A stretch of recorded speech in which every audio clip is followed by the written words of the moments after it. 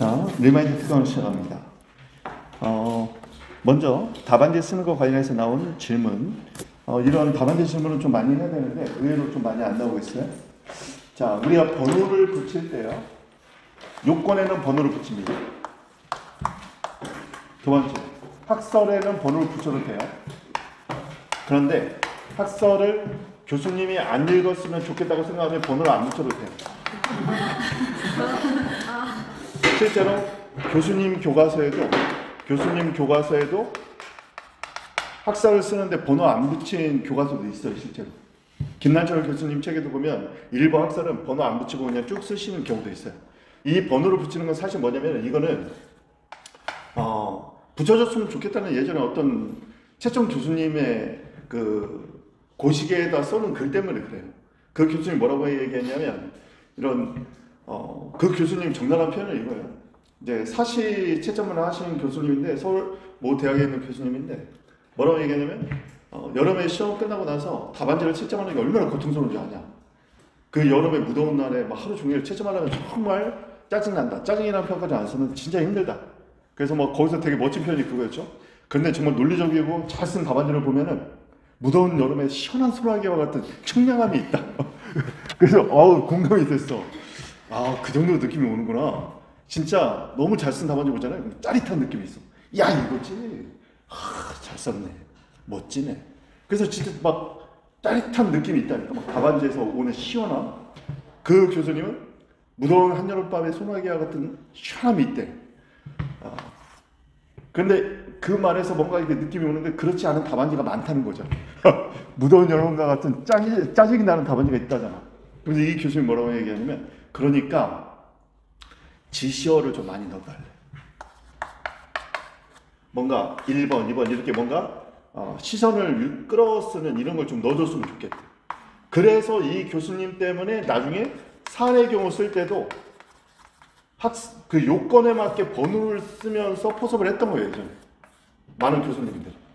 그랬는데 박정훈 사례집을 갖고 있는 지금은 절판되지만 박정훈 교수님이 신임대 오셔가지고 야 무슨 포섭에 번호를 붙여? 딱 이렇게 한마디를 하셨어요.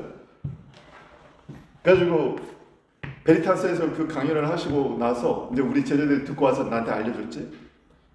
그래서 그때부터 고민이 되는 거예요. 이거 어느 장단에 춤춰야 돼. 누구는 좀 읽기 쉽게 좀 붙여달라고 그러고 읽기 쉬워. 이렇게 딱 붙여주는. 누구는 또 쓰지 말라고 하고. 그래서 그 당시에 제 결정은 뭐였냐면 한 명이라도 쓰지 말라고 하면 그냥 쓰지 말잖아요. 그래서 다 뺐어요. 그 다음부터. 그런데 문제는 뭐냐면 고시계 그 이후에 다른 교수님들이 올린 거에도 번호가 붙어있는 포섭이 꽤 있어. 그리고 번호 붙였는데 60, 70점 마진에도 있어. 그러니까 이건 약간 운인 거지. 쓰지 말라고 한 교수는 이런 게 붙어있으면 기분 나쁠 거고. 근데 그 교수님이 한 번밖에 안 계시잖아. 그러니까 이거는 여러분이 선택할 부분인데 나는 쓰는 게 습관화됐다. 그럼 그냥 쓰세요. 이거 쓰고도 걱정한 제자들 많은 거 보면 박정훈 교수님 한 분뿐이야. 근데 재수없이 군이 들어. 그래서 저는 뺀 건데 일단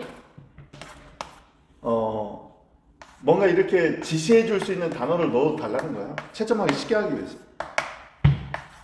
그래서 웬만하면 요건이나 학설 같은 데에서는 그냥 넣는 게 좋고, 근데 학설을 안 넣는 것도 요즘은 일부 교수님들 교과서에 써 있으니까 학설에는 꼭 번호를 붙여야겠다 뭐 이런 생각 안 해도 돼요.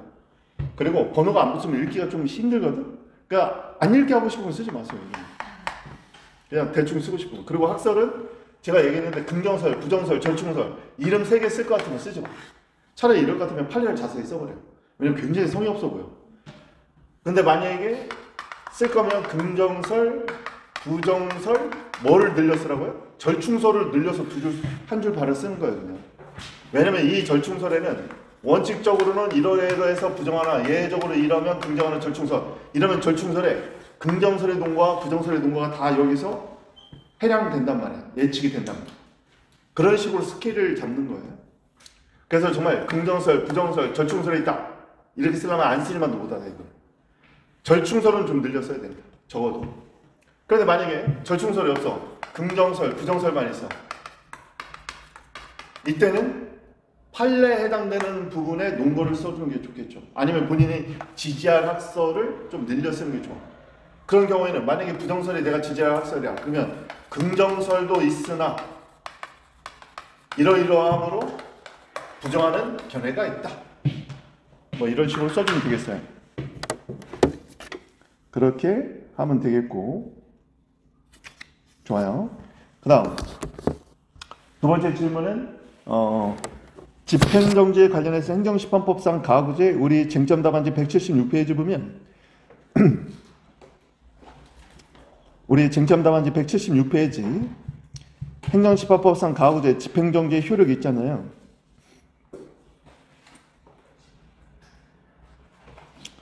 소송에서 문제된 게 판례가 심판법에도 적용된다고 했는데 이게 이제 무슨 말인지 모른다고 질문이 나왔어요. 효력 보면 판례는 효력기간이 정해진 제재처분을 판결 선고시까지 집행정지 결정한 경우 판결 선고된 때 그 효력기간이 다시 진행되고 그 시기와 종기가 집행정지 기간 중 경과한 경우도 마찬가지며 이러한 법률은 행정심판법 30조 집행정지 결정에도 그대로 적용된다. 자, 이게 이제 변호사 시험에 사량 객관식으로 나왔을 때는 이렇게 나왔어요. 뭐냐면 보세요. 과징금 부과처분이 나와요. 실제 문제가 이렇게 나왔어요. 과징금 부과처분이 나오고 여기서요. 납부기간을 2달로 줍니다. 그런데 갑이 과징금 부과처분의 상대방인데 한 달의 경과에서 취소 소송을 제기합니다. 그리고 집행정지를 신청해요. 과징금 같은 경우는 정확하게는 효력정지로 가는 게 맞겠죠.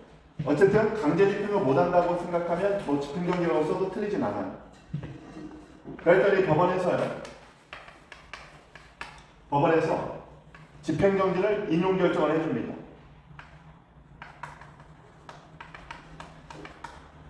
그리고 언제까지라면 판결 선고시. 자, 집행정지가 인용 결정이 됐어요. 지금 여기 써있는 이 판례만은 뭐냐면 1심 법원이라고 볼게요. 그러면 처분의 집행정지가 이루어져 있고 이건 판결 선고시니까 1심 선고시입니다. 1심 판결 선고시라고 집행정지 결정이 나오면 판결이 선고되는 순간 별도의 조치 없이 집행정지 효력을 소멸해버려요. 그럼 지금 여기서 보면 법원에서 과징금 부과처분이 집행이 정지됐잖아요. 그러면 납부 기간, 이 기간의 진행도 어떻게 돼요?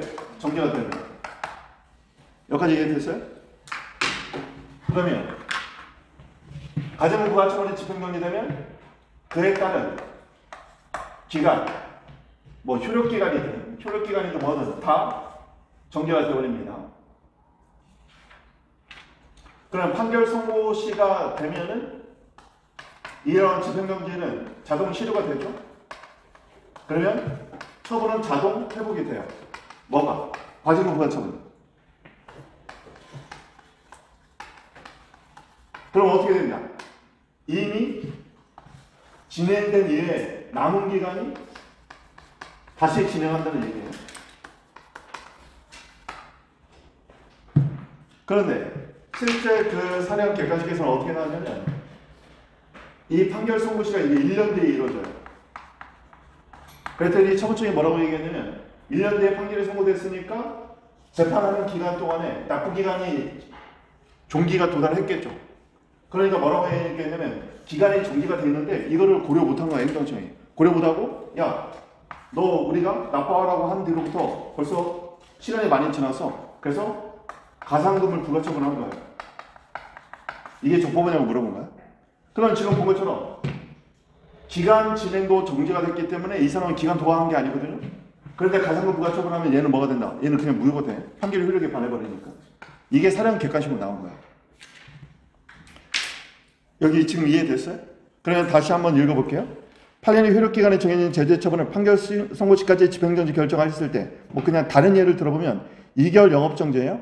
그런데 2개월 영업정지가 집행정지 결정이 됐어요. 그러면 재판 과정에서 2개월이 도과됐을 거 아니에요. 그래도 집행정지가 됐기 때문에 소멸하지 않는다는 것이죠. 판결 선고된 때 그 효력기간이 다시 진행되고 남은 기간이 다시 진행되는 거예요. 그 시기와 종기가 집행정지 기간이 경과한 경우도 아까 얘기했죠. 왜냐면 1년 뒤에 판결이 선고됐기 때문에 기간은 재판 과정에서 이미 종기가 도달했을 거야. 그래도 상관이 없다는 거죠. 왜? 정지되어 있었으니까. 그런 경우에도 마찬가지라는 말은 똑같다는 거예요. 정지가 되어 있었기 때문에 형식적으로 볼 때는 기간이 경과한 것처럼 보이지만 기간이 진행하지 않게 정지가 되어버렸기 때문에 결국 아무 의미가 없는 거예요. 이런 법리는 행정심판의 집행정지도 동일하다. 이렇게 본 거지, 판례가. 이해됐죠? 자, 다음 우리 모의고사 본 거 물어봤는데 모의고사 질문에서 보면 중지명령 나오고 내부 요청행위 있고 그 다음에 공증 안 받아준 게 있는데 실제 문제 자체가 약간 허술하기 때문에 얘를 다투는 것도 언급하면 좋겠어요. 그러니까 중지명령도 다툴 수 있는 거죠. 그러니까 이런 문제가 이제 우리 이제 모의고사는 이렇게 좀 허술한 부분이 있는데 실전 같으면 이제 얘는 뭐 재소기간 도과돼서 더 이상 다툴 수 없는 거 전체 깔아놓고 두 개를 다투는 걸로 이제 문제가 정확히 구성이 되겠죠. 이런 후속 조치들 중에서 뭐 이런 식으로 한정어를 넣어줄 거야. 한정어. 여기는 한정어가 없었나? 없었던 것 같죠. 그러니까 뭐 얘도 다투려면 다툴 수 있겠죠. 그러면 얘를 다툴 수 있다는 건 재소기간이 도과되지 않으면 너무 당연하니까 이건 한 줄거리밖에 안 돼. 왜냐면 금지 함명이잖아. 함명 자체가 함명 처분이잖아. 함명 처분. 따라서 특별한 사정이 없는 한, 뭐 재소기간이 도과됐다는 특별한 사정이 없는 한 다툴 수 있고 이제 나머지가 문제가 되는 거지. 그러니까 이런 경우는 만약에 언급하고 싶으면 선생님 볼 때는 이제 뭐 문제점 이런 데서 언급하면 되는 거죠. 중지명령은 부작위 함명으로서 금지 함명으로서 처분성이 인정되므로 특별한 사정이 없는 한 다툴 수 있고 그래서 얘가 취소가 되버리면 나머지도 다 무효가 될 거 아니에요? 왜냐면 얘를 근거로 얘네들이 지금 다 나온 거니까. 그래서 논란이 없으니까 그냥 교수님을 빼버린 것 같은데 뭐 우리는 한 줄 정도 언급하는 건 상관없겠죠. 다음 공증. 공증은 입시 우리 그 모의고사 나온 게 그 입법고시에서 나온 문제가 똑같잖아. 공증은 시험에서는 대장이 나올 거야. 대장. 토지대장, 건축물대장 뭐 이런 것들. 대장에 올리는 걸 우리가 등재한다고 불러요. 이게 공증이야. 공적 장부에 증명령을 부과하는 거죠. 자, 그러면 어제 저한테 카톡으로 연락이 왔어요. 공부한 우리 2년차 이상 되는 학생인데 지금 공증을 거부한 거잖아요. 건축물대장 변경을 지금 거부했단 말이에요. 그러면 이런 경우에는 거부처분 성립요건, 신청권 이런 거 써야 됩니까? 쓸 필요 없다고요. 왜냐면 공증하려면 신청해야 될 거 아니에요. 행정처가 알아서 해주겠어? 그러니까 우리가 저번에 얘기했지만 허가, 특허, 인가 이런 거 나오면 허가를 받기 위한 신청권은 당연히 있는 걸로 전제로 깔아야 된다고 얘기했잖아요. 그러니까 이런 토지대장에 등재하는 것은 등재하려면 당연히 신청해야 될 거 아니에요. 법규상 신청권은 당연히 있는 거예요. 그래서 공증이 처분해야지 처분의 거부가 처분이 될 수 있는 거예요. 그러니까 여기는 거부처분 성립요건 이런 걸 쓰는 것보다는 공증이 처분인지가 핵심이에요.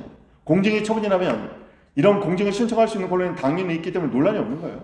그래서 공증을 신청했는데 거부가 나와서 그럼 거부 처분이다. 문제는 공증이 처분성이 있냐는 게 문제가 되는 거지. 왜 문제가 된다고요? 왜 문제가 된다는 거야? 한 단어. 공증은 그렇죠. 반증이라는 단어를 기억하는 것도 되게 좋은 것 같아요. 얘는 반대되는 증거만 제시하면 번복돼 버려. 여기서 말하는 번복은 뒤집어진다는 거죠. 즉 공증의 증명력이란 효력 자체가 없어진다는 얘기야. 반증만으로 번복이 된다면 우리가 공정력을 인정할 수 없잖아. 왜냐면 공정력은 권한 있는 기관에 의해서 취소되기 전까지는 무조건 유효하게 통용되는 거란 말이야. 그런데 반증만 들어버리면 번복된다는 말을 어렵게 이해하지 마세요. 반대되는 증거를 제시하면 번복된다는 거는 공증의 공적 증명력의 효력이잖아요. 효력이 소멸한다는 얘기예요. 소멸. 뭐만으로? 반대되는 증거만으로. 처분청의 직권 취소나 행심위의 취소 재결이나 한 곳은 수소원의 취소 판결이 없음에도 불구하고 즉 취소가 없음에도 불구하고 효력이 소멸할 수 있다는 것은 우리가 알고 있는 처분 개념과 좀 다르단 말이죠. 그래서 논란이 있다는 거예요. 이런 걸 문제점에 잘 녹여주거나 아니면 토석 같은 데다 녹여주면 좋을 것 같아. 그런데 우리 판례에 놓은 건 뭐야?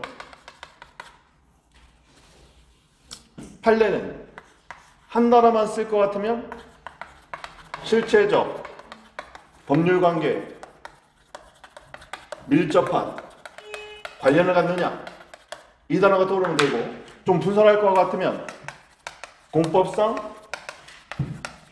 법률관계에 영향을 미치는지 특히 과세 대상이라는 측면. 과세 지표가 달라져 버린다고 했죠.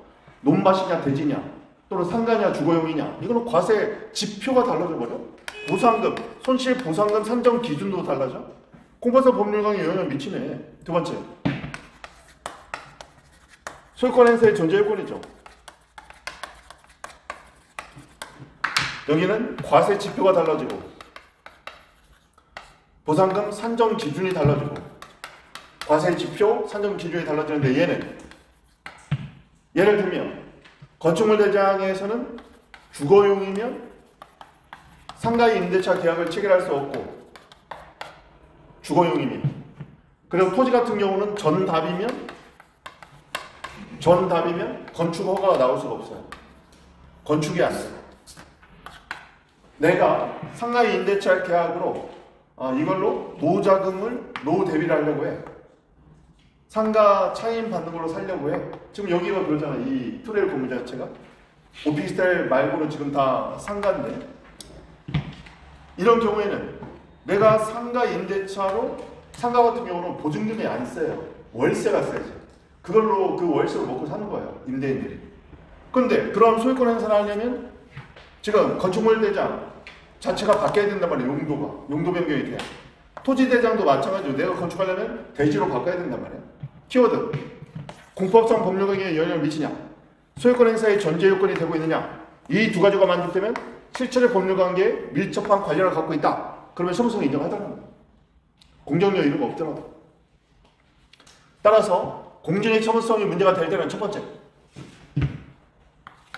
공정의 처분성 왜 문제가 되냐? 키워드 1번 뭐예요? 공정력이 없어. 공정력은 행정기법 15조에 있잖아. 공정력이 없어. 왜? 이 연상대로 좋았어. 반증만으로 번복이 되어버려, 효력이. 권한 있는 기간의 취소가 아니라 반증만으로 그냥 공멸돼버려. 법률 용어예요. 공멸된다는 거예요. 그냥 번복이라고 기억해. 그래서 공정력이 없다는 거 첫 번째. 이게 핵심이야. 두 번째 연상단. 판례는 실체적, 이 단어를 기억해서 실체적 법률관계, 밀접한 영향을 미치느냐, 밀접 관련이 있느냐. 거기서 다시 두 단어 파세. 공법상 법률관계 영향을 미치는지, 두 번째 소유권 행사의 전제 요건인지, 마지막 세 번째 연상단어. 공법상 법률관계에서는 과세 대상, 과세 지표가 달라지는지, 그리고 보상금, 산정 기준이 달라지는지, 또는 상가의 임대차가 가능한지, 또는 건축 개시가 가능한지. 지금 키워드 싸움을 했단 말이야. 공정의 처분성에 나오면 적어도 여러분 두 단어를 떠올려야겠네. 공정력이라는 단어와 실체적 법률관계 밀접 관련. 여기서 파생시키는 거죠. 실체적 법률관계는 공법상 법률관계 영향, 소유권 행사의 전제 요건. 공법상 법률관계는 대표적으로 두 개만. 과세, 두 번째 보상금. 소유권에서는 상가 임대차 할 수 있는지, 또는 건축 개시 가능한지. 대표적이잖아. 왜냐면 건축물 대장, 토지 대장이 대표적인 두 가지 얘기하겠단 말이야. 이게 연상작용이라. 이게 나중에 뭐만 기억한다, 얘만 딱 기억하는 거야. 그리고 나머지 다 떠올리는 거야. 공정력이 없다. 왜? 반증이 나와야죠. 여기. 반증만으로 공적 증명령 자체의 효력을 소멸시킬 수 있어. 따라서 권한 있는 기간에 그렇게 써주면 더 좋겠지. 권한 있는 기간에 의한 취소를 거치지 않고 반증만으로 그 효력이 소멸될 수 있다는 점에서 공정력이 인정되지 않는 문제점이 있다. 과연 처분으로 인정될 수 있을까? 그 다음 물론 행정기구가 15조도 언급해주면 좋겠고, 왜냐면 이게 공정력 규정이니까. 실체적 법률관계, 두 번째 밀접 관련, 공법상 법률관계의 영향, 그 다음에 소유권 행사의 전제 요건. 이렇게 연상시켜 나가라고. 이렇게 계속. 이게 여러분의 암기 비법이야. 이론 체계를 만들어 두면 막연하게 문장을 통째로 암기했던 게 지금 시스템화 돼버린단 말이야. 공증이라는 단어가 나오면 공증에서 공정력, 그 다음에 실체적 법률관계, 이 두 단어가 딱 나오고 여기서부터 막 파생시키는 거야. 그래서 기억의 맥락을 잡아내야 돼. 이렇게 그물망처럼. 안 그러고 그냥 문장을 그냥 막 아무 강약 조절 없이 그냥 통째로 암기하겠다.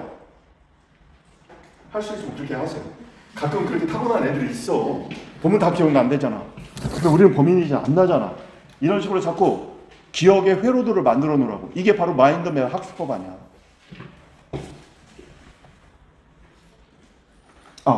다음 이런 질문도 있었어요. 직원 취소 철회는 취소는 18조, 철회는 19조. 그런데 변경의 근거는 어디 있습니까? 여러분 이 변경은 소극적 변경, 적극적 변경 이런 거잖아. 그러니까 소극적 변경은 직원 취소에 들어있는 거지. 일부 취소가 소극적 변경 아니에요. 그런데 아니 그럼 소극적 변경은 얘는 왜 써요? 적극적 변경이 있으니까. 소극적 변경이면 그냥 취소에 포함시키면 되는데 적극적 변경이면 취소하고 새로운 처벌을 발령하는 실질이 있잖아. 그러니까 얘하고 구분해서 쓰는 거예요 지금. 만약에 이 변경이요 소극적 변경만 있다 그러면은 사실 취소로 퉁쳐도 돼. 그렇지만 우리 취소송에서는 취소 또는 변경이라는 말을 쓰고 있지. 그리고 어제 강의도 했는데 직권 취소가 이제 시험에 나오면은 위조 서류를 제출해서 귀책 사유가 있는 걸 시험에 내요. 어쨌든 직권 취소, 수익적 처분을 직권 취소할 때도 이익형량이 필요하고, 그리고 수익적 처분의 직권 처리를 할 때도 이익형량이 필요한데, 이익형량은 뭐뭐 이익형량 하는 거야? 설마 이걸 대답 못하면 진짜 괜찮아. 뭐와 뭐를 이익형량이에요? 뭐 모르면 공익사익이잖아. 무슨 공익이? 그렇죠. 직권 취소, 직권 철회로 달성하려고 하는 공익과 그 직권 취소 철회로 상대방이 있는 불이익을 이익형량하는 거야. 그런데 이때 직권 취소 철회로 받는 상대방의 불이익이 뭔데? 대상의 수익적 처분에 대한 직권 취소 철회. 침익적일 때는 논란이 없지. 아니 침익적인 거 없어지면 쏘쏘 좋은데 뭐 이익형량 하고 있어. 수익적 처분일 때는 결국 수익적 처분에 대한 이 사람의 기득권, 다른 말로 신뢰이익이란 말이야. 따라서 수익적 처분에 대한 직권 취소 철회 시 준수해야 될 이익형량은 직권 취소 철회로 달성하려고 하는 특정 공익과 수익적 처분에 대한 직권 취소 철회로 상대방에 발생하는 불이익을 이익형량하는데 그 불이익은 결국 기존의 수익적 처분으로 인한 상대방의 기득권, 즉 신뢰익을 의미한단 말이야. 근데 만약에 상대방이 귀책 사유가 있어. 자신이 위조 서류로 이런 허가를 받았어. 또는 본인이 행정법규를 위반하는데 시정명령을 내려도 쌩까 말 안 들어. 나는 내 멋대로 할 거야. 나는 자유로우니까. 갑자기 왜 자유가 나? 그런 경우에는요. 귀책 사유가 있으면 신뢰익이 인정돼야 안 돼요. 안 돼버리는 거죠. 그래서 판례가 어떤 표현을 썼다. 상대방이 위법 사유가 있거나 상대방이 귀책 사유가 있으면 상대방의 신뢰를 어떻게 한다고요? 두 단어. 고려와 원용자를 꼭 기억해. 행정청은 직권 취소 처리할 때 상대방의 신뢰를 고려할 필요가 없고 상대방도 자신의 신뢰의 이익을 원용할 수 없다. 키워드는 고려와 원용이야. 그래서 이 단어를 기억해야 돼. 상대방의 귀책 사유가 있다면 신뢰 이익을 고려함이 없이 직권 취소 처리할 수 있고 상대방도 자신의 신뢰 이익을 원용할 수 없다. 왜? 보가치는 신뢰가 없으니까. 어제 마지막에 이걸 했는데 마지막 시간이다 보니까 지쳐가지고 여러분 이게 소화가 좀 안 됐던 것 같아. 자, 강의 시간에 다시 또 한번 얘기할 테니까 얘기할 필요 없겠다. 해당 파트 나가면 또 나오니까. 삼선화는 어쩔 수 없이 종합적인 문제를 다룰 수밖에 없어요. 근데 지금 선생님 고민이 있어. 지금 어제 원래는 삼선화에 맞게 나가면은 선생님 나눠줬던 그 법전의 모의고사 있잖아요. 이걸 빠르게 하나씩 날마다 해주려고 했는데 어제 그거 하니까 여러분 눈빛이 막 다 변해버렸어. 낯빛이. 그래서 정 안 되면 나중에 이렇게 하겠습니다. 삼선화 다 끝나고 나서 판례 특강 2회하고 그 다음에 종합 사례를 쭉 한번 하는 거를 선생님이 봐서 학원에서 찍어가지고 우리 실강자들한테 뭐 인강 제공 같은 무료로 할 수 있게 한번 선생님 좀 알아볼 테니까. 지금 보니까 공부가 지금 많이 안 되는 학생들이 좀 반 이상인 것 같아서 소화가 안 되네. 지금 보니까 종합 문제를 지금 푸는 게. 그런 경우에는 삼선화 끝나고 듣는 게 더 실효적일 수도 있을 것 같아. 좀 고민 중이야. 왜냐면 소화가 반 이상이 안 되면 이게 강의 진행이 안 되거든요. 요즘. 하여간 괜찮아. 삼선화 때 정확하게 종합적 사고를 할 수 있는 준비를 한 다음에 뭐 나중에 종합 문제에서 쟁점 찾는 연습만 해도 실전에서 엉뚱한 쟁점만 안 써도 되니까. 자, 계속해서 답안지 쓰는 거 관련해서도 그렇고 이해 안 되는 것들은 계속 질문하세요. 어쨌든 확실한 건 하나 뭐냐면은 여러분만 그런 게 아니야. 좀 피색 부담, 경제학 부담 뭐 이런 것 때문에 좀 전반적인 분위기인 것 같아. 지금 보니까. 그러니까 이런 경우에는 다 같이 힘든 상황이니까 여기서 한 걸음 더 걷는 사람이 무조건 이기는 거예요. 그래서 여기서 실망하면 안 돼. 지금 이거는 나 개인의 문제가 아니라 2차 실력이 좀 떨어지는 것은 나 개인의 문제가 아니라 지금 5급 수험생 전반적인 문제라고 이해하시면 돼. 피셋의 그런 부담만큼이나 2차 실력은 떨어질 수밖에 없는 반비례 관계가 있으니까. 그래서 지금 실망하지 마세요. 실망하지 말고 지금부터 암기하고 지금부터 쓰고 지금부터 하는 거야. 한 달 만에 환골 탈퇴하는 사람 많이 봤어. 실제로. 그래가지고 제가 가장 기억에 남는 여학생은 상담할 때마다 울어. 올해 꼭 합격해야 되는데 이제 더 이상 집에서 지원도 다 끊기고 지금 마지막 남은 기회인데 선생님 근데 행정법 때문에 저 발목이 잡혔어요. 경장은 잘하니? 괜찮대.